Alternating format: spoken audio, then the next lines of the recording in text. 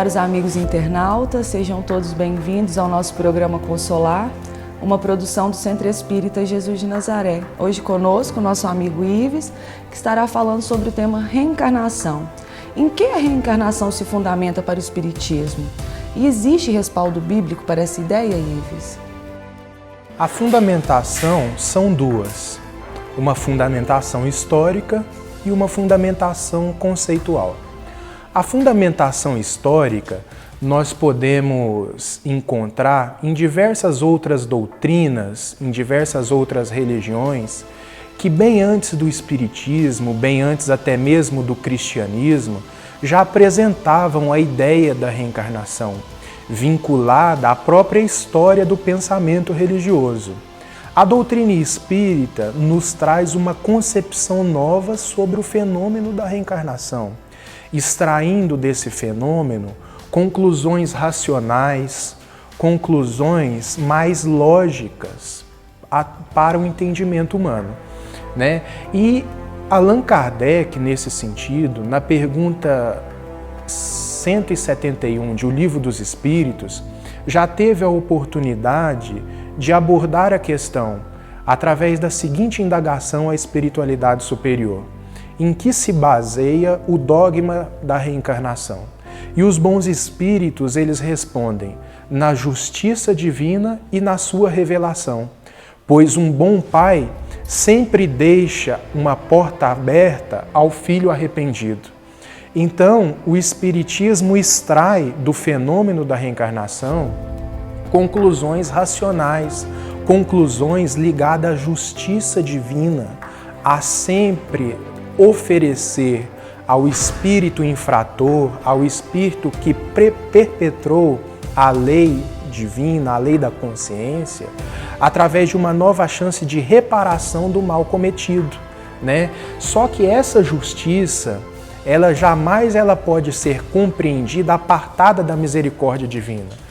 Porque Deus, como a inteligência suprema do universo, como bondade infinita, Ele certamente, na aplicação da justiça, Ele necessariamente precisa reunir as qualidades, né, da justiça vinculada às qualidades do amor e da misericórdia. Já dizia um filósofo, né, que justiça apartada do amor e da misericórdia não é justiça, é tirania. E a misericórdia, o amor apartado da justiça, não é misericórdia nem amor, é complacência, é convivência, conivência com o erro.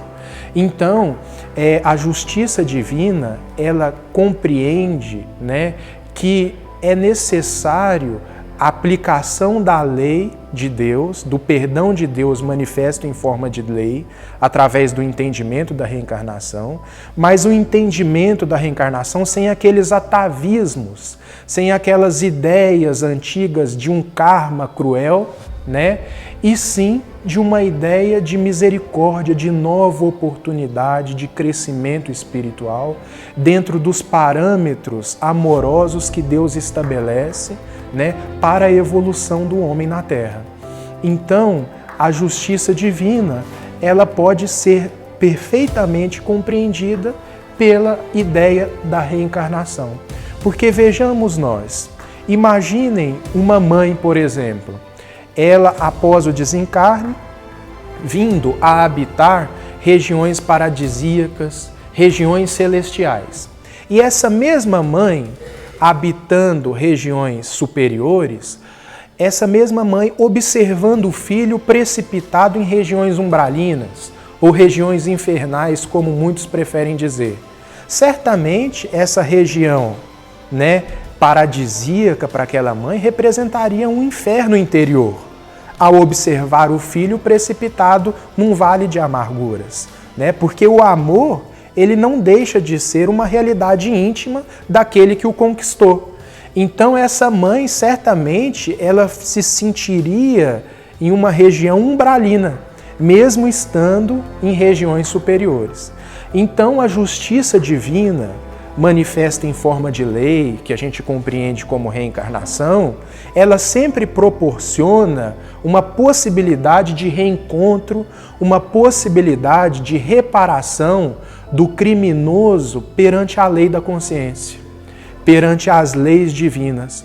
Porque vejamos, se até as leis humanas elas buscam aplicar uma pena proporcional ao crime, por que a lei divina agiria o contrário, aplicando uma pena desproporcional a um crime cometido?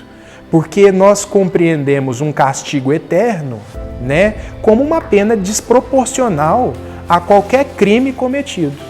Então, a lei de Deus ela nos faz compreender, né, através da doutrina espírita, né, esse fenômeno natural de uma maneira muito lógica, de uma maneira muito racional e que nos sacia a sede espiritual de uma maneira muito mais significativa. E respondendo à sua segunda pergunta do respaldo bíblico, nós podemos lembrar do capítulo 3 do Evangelho de João, quando Jesus ele estabelece um diálogo com Nicodemos. E o nosso mestre divino apresenta para ele a necessidade de nascer de novo. Uma necessidade que vai além daquele nascer de novo de todos os dias. E sim esbarra naquela necessidade de voltar à carne, de construir um novo caminho através da quitação de débitos do passado e de construir na nossa intimidade aquelas qualidades indispensáveis ao nosso crescimento espiritual.